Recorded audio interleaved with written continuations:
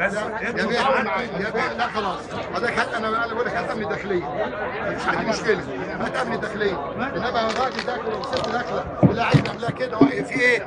مال وبعدين في النهايه كل بني ادم داخل النادي داخل عارف هيدي لمين من امبارح بالليل عارف هيدي لمين احمد لكن هجيب له طبله وزماره احنا مش في مولد عايز المروجين للناس اكتر مننا بالظبط كده بره نادي ايه بص بص بره يا بيه هات امن تاني هات امن الشرطه تطلع بره اي حد معهوش كارنيه عشان يخش فين يا فندم؟